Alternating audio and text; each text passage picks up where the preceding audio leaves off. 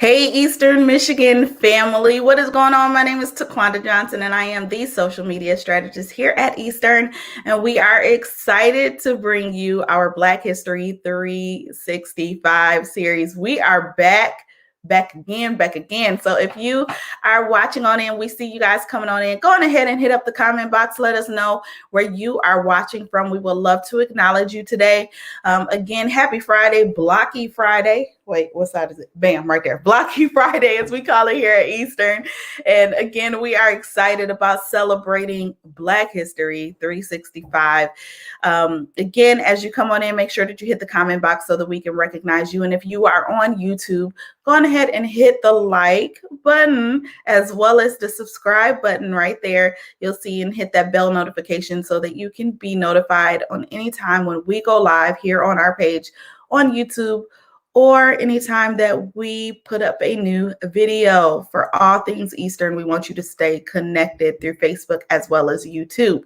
So I am excited about today's interview. I guess I get the chance to, I've had some opportunities, as everyone knows, to interview some folks that I've personally known. But this particular individual I just met today. So I'm really excited about interviewing Regent Ford, and we'll get to know him just a little bit better. But if you are a returner, you know I got to do my disclaimer. So we are all about Black History 365 in this series and this candid conversation that we're having. So we do ask that if you have any questions that are not pertaining to today's subject, that you email us those questions. Please don't put them in the comment box. Again, email us directly to social_media@emich.edu. We want to make sure that your questions get answered, and we want to make sure that they are transferred to the correct department. But in order for us to do that, we need you to email us. So again, if you have any questions, comments, or concerns that are not pertaining to today's subject at hand, we do ask that you submit those over to social_media@emich.edu, and I will make sure that we get you an answer as soon as possible. But if your comments or your questions are pertaining to today's topic, that comment box is waiting on your question and your comment. So make sure that you use it, okay?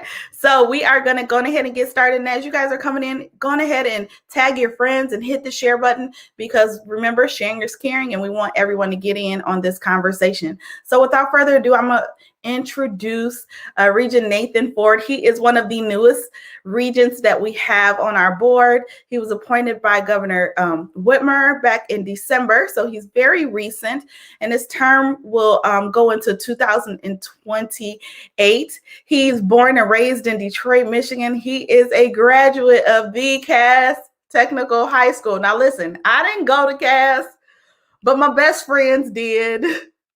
And a couple of my sons did, and I have a heart for Cass Tech because my friends do. So he graduated from Cass. He is a Morehouse man. He went to Morehouse, and he was involved in several organizations and rose to executive VP. Going on, he also has a background in education with the Michigan Political Leadership Program sponsored by Michigan State University, as well as the Excel 2000 Leadership Development Program sponsored by New Detroit.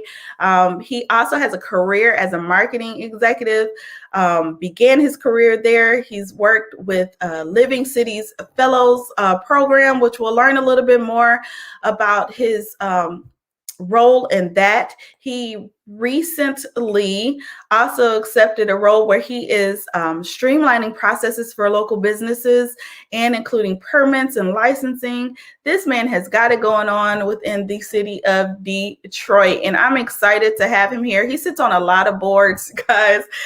He has rose to the board of directors for NAACP as well as the Urban League throughout the years, the Detroit Wayne Brownfield Advisory Board, as well as the University District Community Association.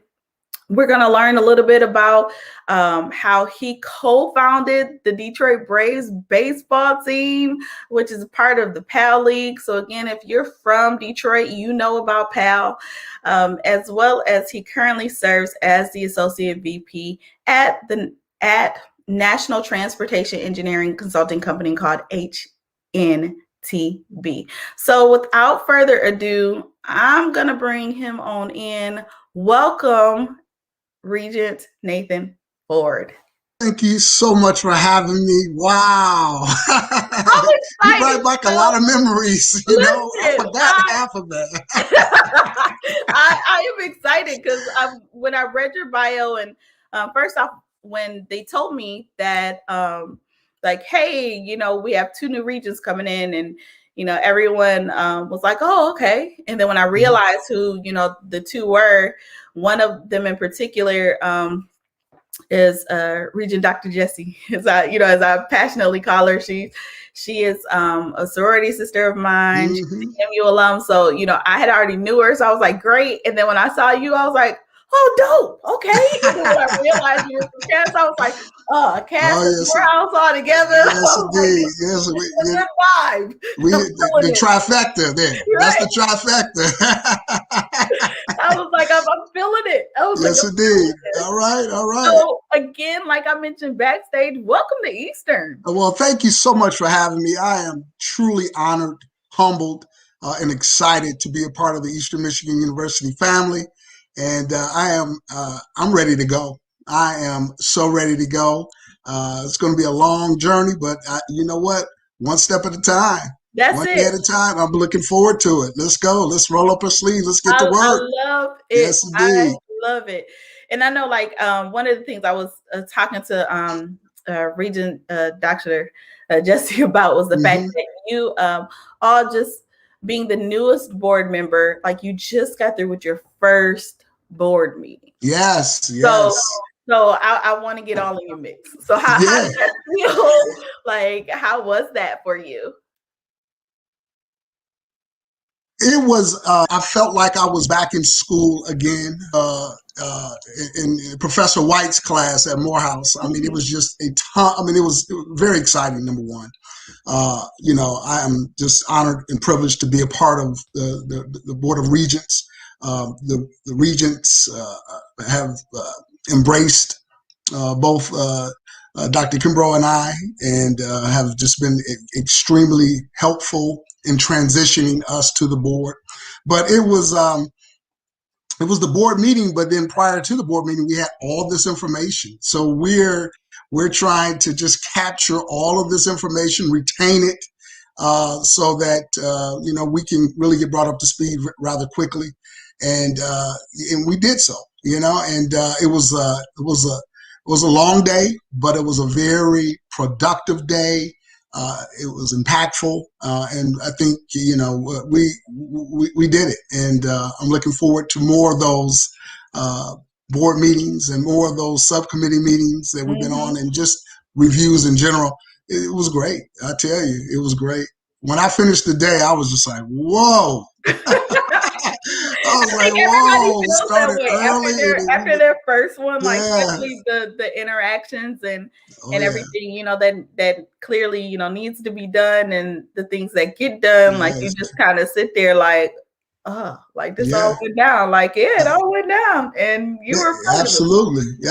But what it did was just really open my eyes to just the enormity of the university. I mean, just, Eastern Michigan has got it going on. Okay. And the future is bright. I will tell you that. And again, just excited to be a part of it. And I'm looking forward to working with any and all. We are most definitely excited to, we're happy to have you. I know personally, I was, telling, even when Regent Jeffries and I, spoke about it, I was like, it's really cool that we can look at our board and not just from a Black standpoint, but also, in general, like the rest of the diverse cultures and such that we have here at Eastern, is we can actually say, like, man, there's somebody who looks like me. There. And I think that that's a huge thing. And that speaks to, our generation now. And then also it speaks to the folks who, paved the way to get us to where we are right now. So absolutely. Great. Yes. Absolutely. Yes, Well, indeed. we want to know a little bit more about you. You know, All right. I read your bio and things, but I like to get, each and every one of the individuals that I interview, like an opportunity to share just a little bit Sure. about themselves in your words. Like I know Sure. we talked about your daughter who's in the Yes. IMC program. Like folks don't know about all that. So Yeah. going ahead, I'm gonna let you Yeah. Okay. Well, I thank you. Uh, Born and bred in Detroit. I am a proud Detroiter, born and bred. I like to say that I got my start in politics at a very early age. My grandfather was a big union guy here in the city, and he used to take me with him to the various union meetings and the like, and really got my first taste at a very early age. And then uh, met Councilman Nicholas Hood Sr. at a Mhm. when I was 16, working at Sibley Shoes in Detroit. That Wow, was I Gas Tech remember. and Sibley Shoes. How about that? Yes, And I tell you what, I was a kid, but I remember. you remember Sibley Shoes? I worked at Sibley Shoes, store number one, Oh and wow. and it was he came into the store, and I said, hey, who was that guy? City Councilman Nicholas. I said, wow. I stalked him for half a year, and he gave me an internship on my way to Morehouse. Oh wow. And I got thrown into the political arena at a very, very early age, and it's just stuck with me. Through Morehouse, and obviously back into the workforce after graduating from Morehouse, came back to the city, got back involved in the political realm, if you will. Was the first executive director at Booker T. Washington Business Association, which is Mhm. like the black chamber, or was the black chamber of commerce here in the city of Detroit, and had the opportunity to meet a lot of the, pioneers in Detroit black business. And that was exciting for me, a very exciting time. And then I, jumped into corporate America and, had to go make a couple dollars,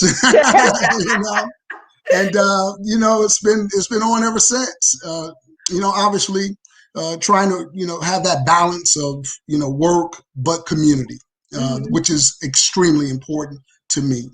You gotta always say uh, service is the rent we pay to stay on this earth. Well, Yeah. and every once in a while, rent is due, and you that service is so important. And I just think that it is.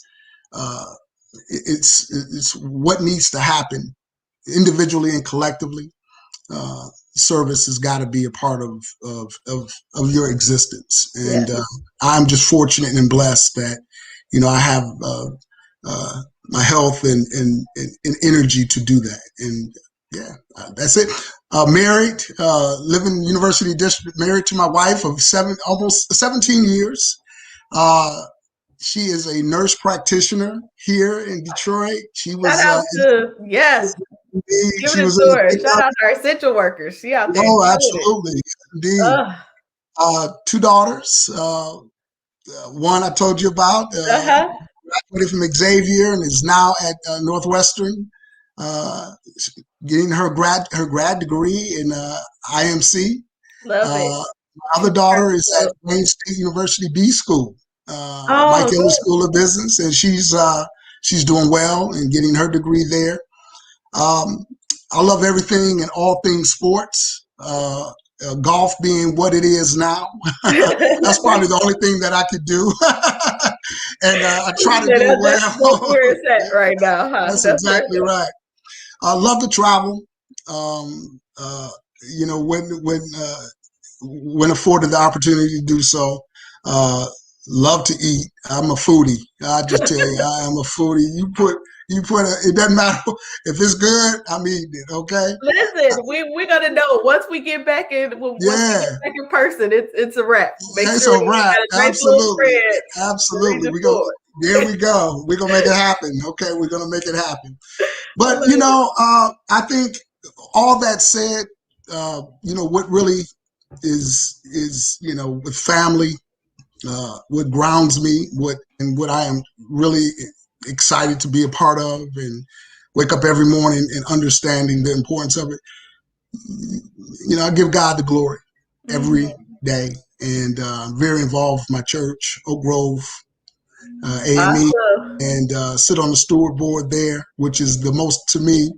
Um, Now next to EMU Board of Regents is the most important board I sit on. Is obviously you gotta make sure that uh, your place of worship is on solid Listen, ground, and uh, that's look, important to me. we go school the people, okay? Yeah, oh, absolutely, gotta do that. Absolutely, I understand that absolutely, totally.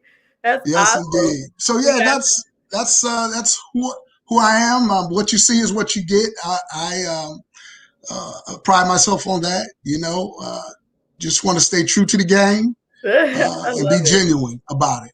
I And love it. yeah, absolutely. So, We got some comments rolling in. oh, James watch B. out now. He said you Oh, guys lived in the same neighborhood. yeah, Oak Drive. He lives right around. Listen, he lives literally right around the corner. That is Okay. awesome. All That right. is Hey, awesome. all right, brother Beasley. So All right. tell us a little bit about just your journey. Like you talked a little bit about your journey into politics and how you got involved there. And I want to go a little bit more in depth in learning about. You said you worked with you know Mayor Bean during like his administration Mm.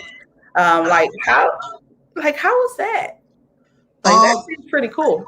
Well, yeah, it was it was exciting. I'll tell you that, but it was a very challenging time because if you remember and look back, that was right around the time that the city of Detroit was going through, it's very challenging time of consent, then Hmm. bankruptcy, and I had, I think, the good fortune and fortunate opportunity to work with a group of dedicated public servants who Hmm. were really just trying to keep the ship afloat.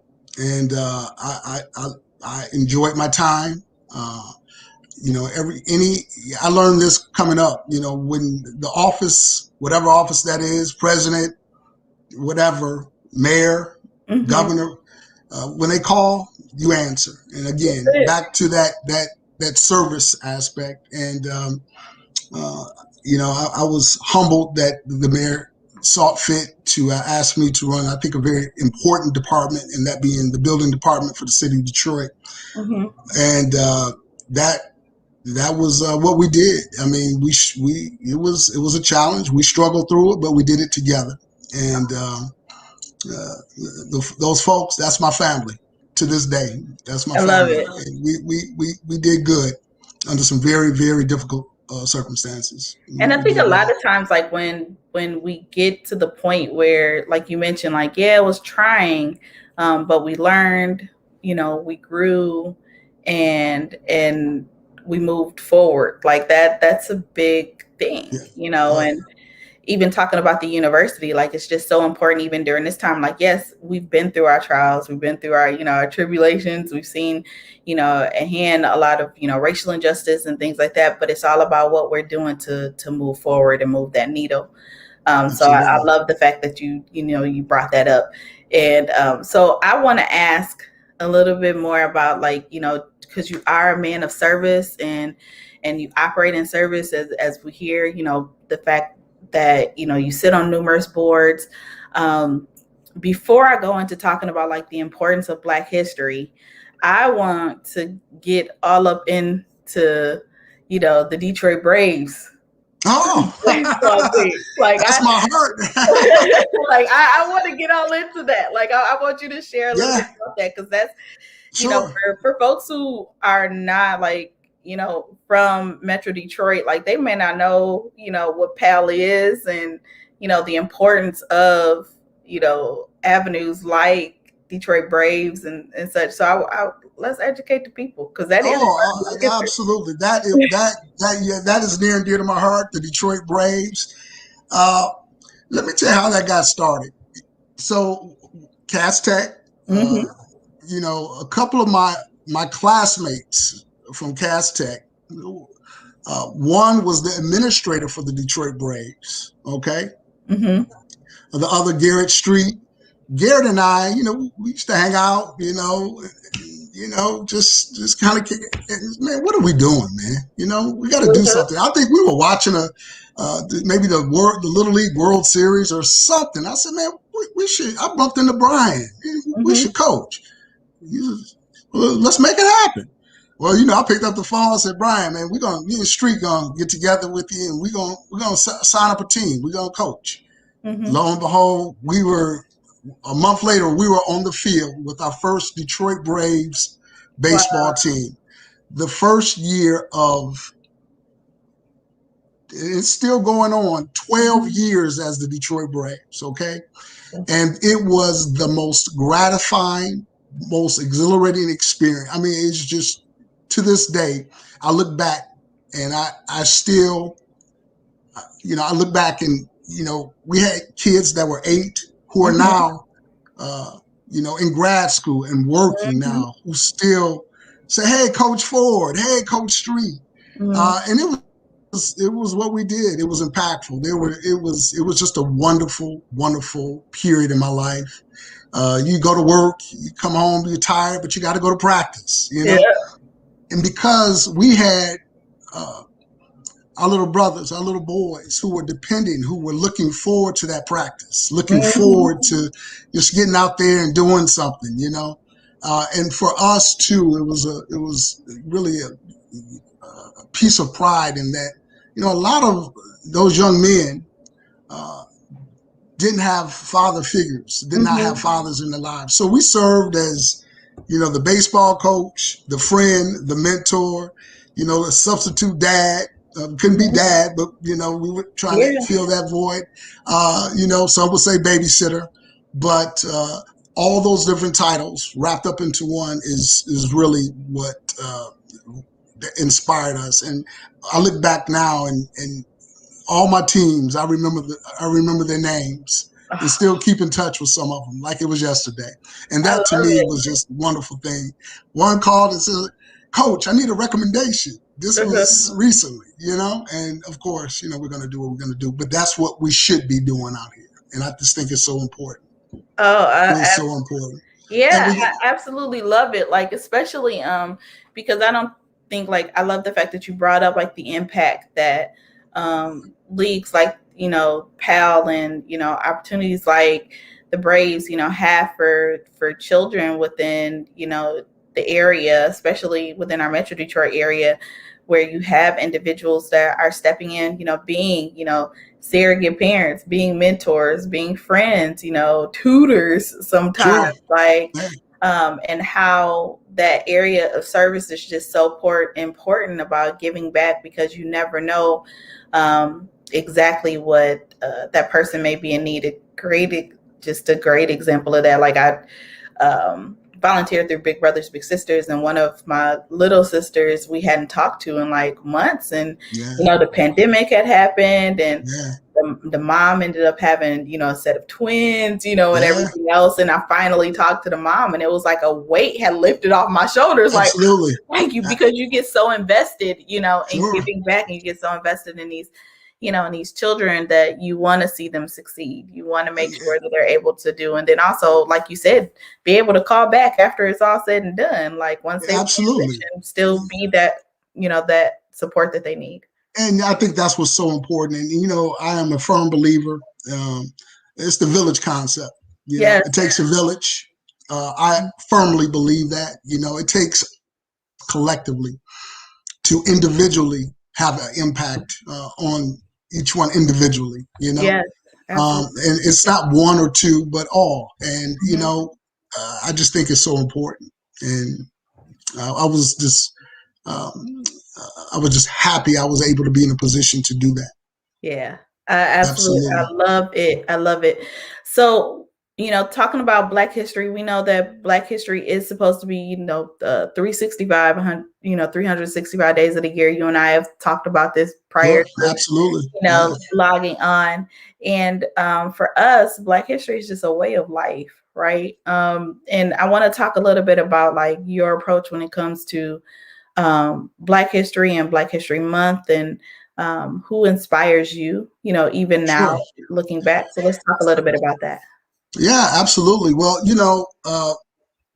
I give a soft acknowledgement, obviously, to Black History Month. And the reason I say a soft acknowledgement to the month is because I do believe in the 365, and we could add 24/7 on there. That's it, 24/7.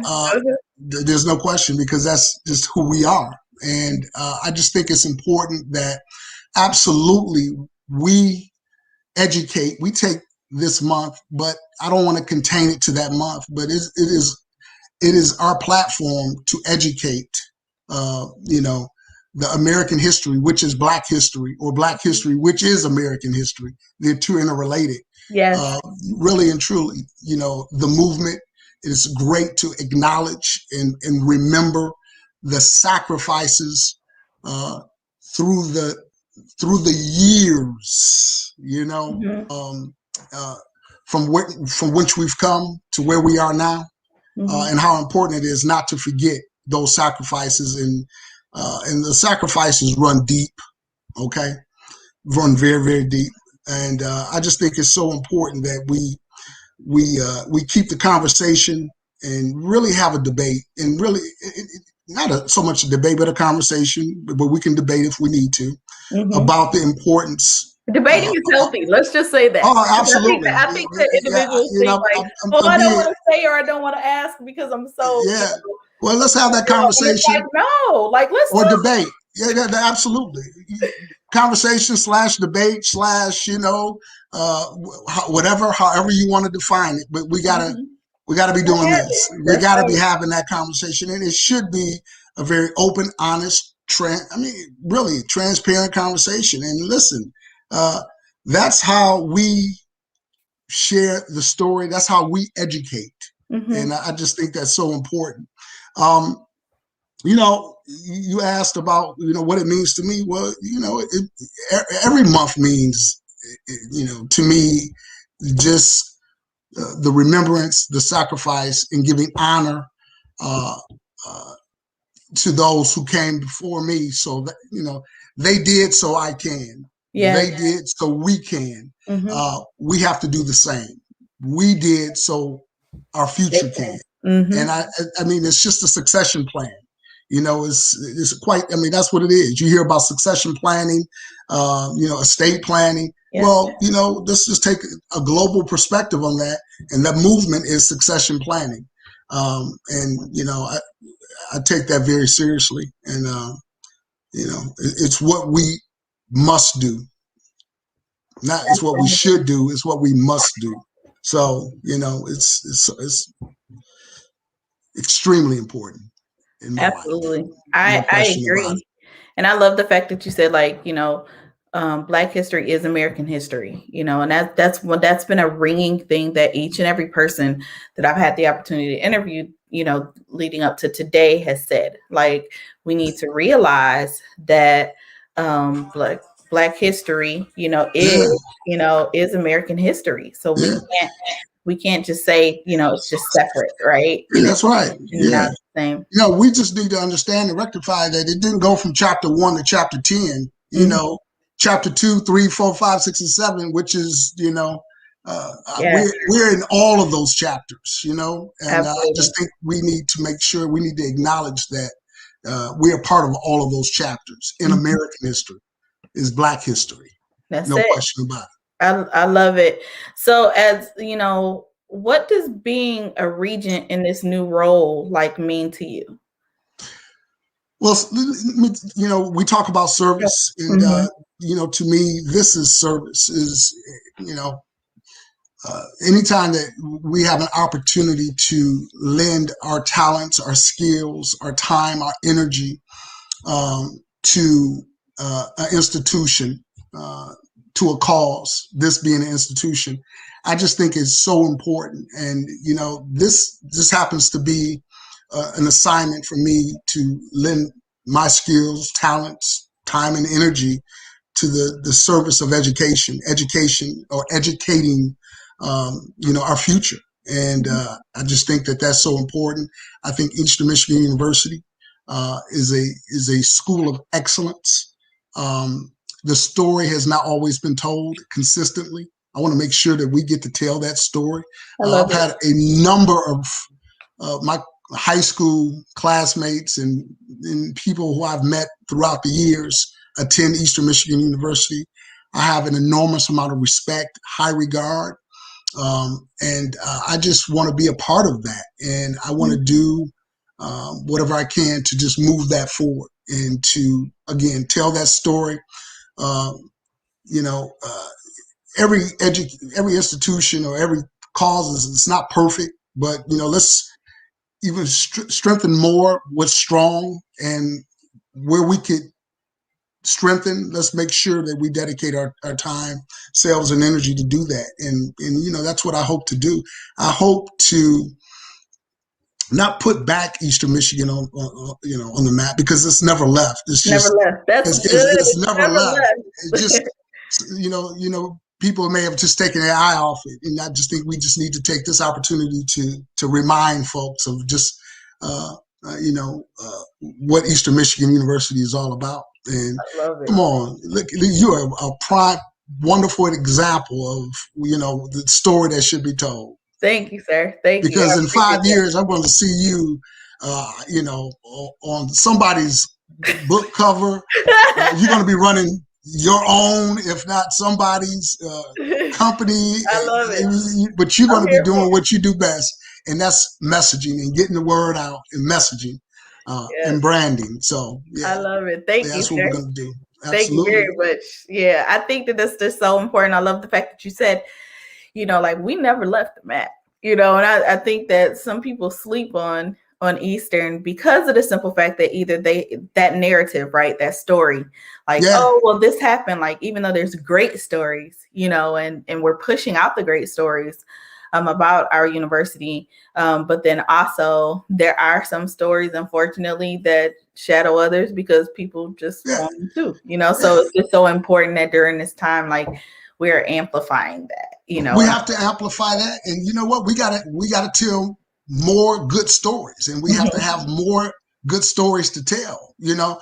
And you know, obviously, we should be transparent. And let's be honest, you know.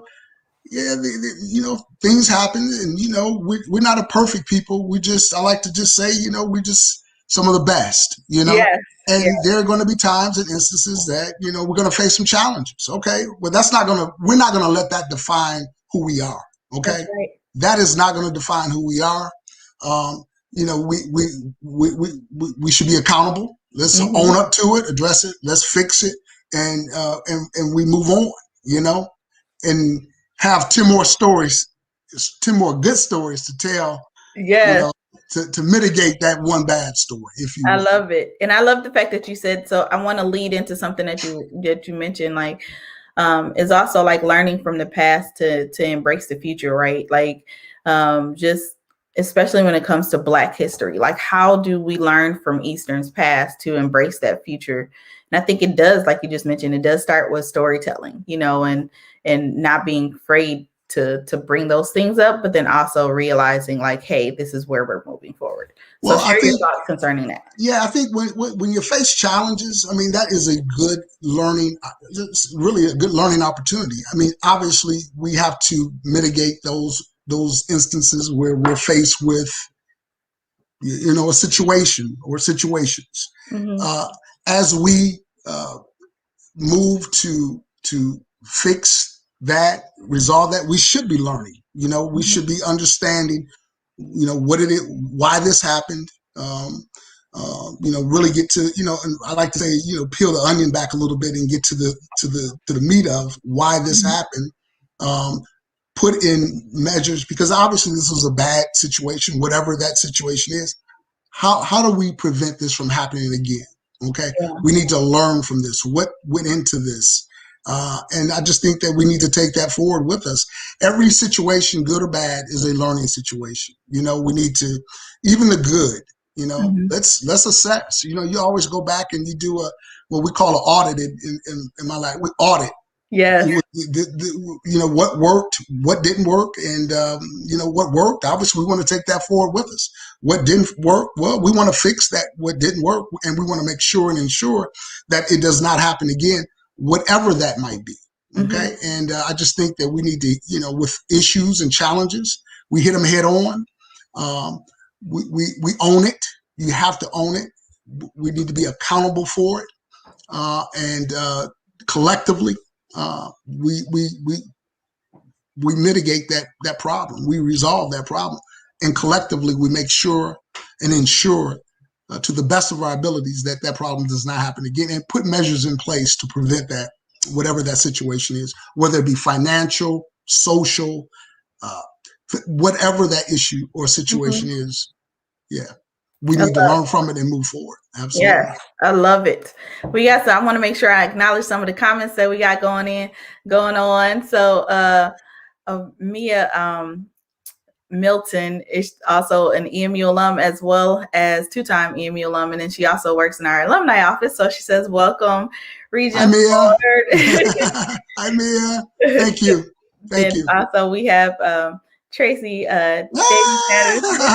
who is an EMU alum as well. And yes, indeed. Yes, indeed. Tracy and I used to work together. We were co-workers at the time. Hey, Tracy. That's awesome. Yes, indeed. And then we also have Michelle Henry. She's over at the College of Business. So she says, welcome, Regent Ford. She's also cast CT. See these CT in the house. Yeah, I love it. I love it. Yes, indeed. These are all over the place. Well, I am ecstatic about, again, being able to have this, conversation with you.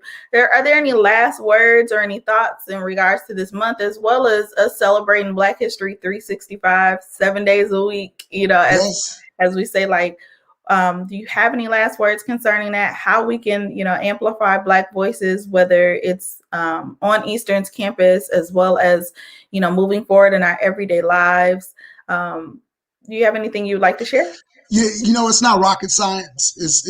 I think it's as simple as we must be mindful, thoughtful about continuing the conversation. We need to be, and you know this better, we need to be strategic and consistent about continuing this conversation, and we must do it boldly. Yes. What do I mean by that? No idea is too big. You come up with those creative ideas, those campaigns to continue that conversation, and not just amongst this community, but more importantly, to the other communities that exist. And I think we should have that open, and we promote a very open dialogue about, our history, Black history, we just, again, let's not be contained to 28 days out of the year. That's right. I agree. Let's not be contained to doing it just on campus or let's spread the word. Yes. Let's spread the word, and let's get on out there. And I just want you to know that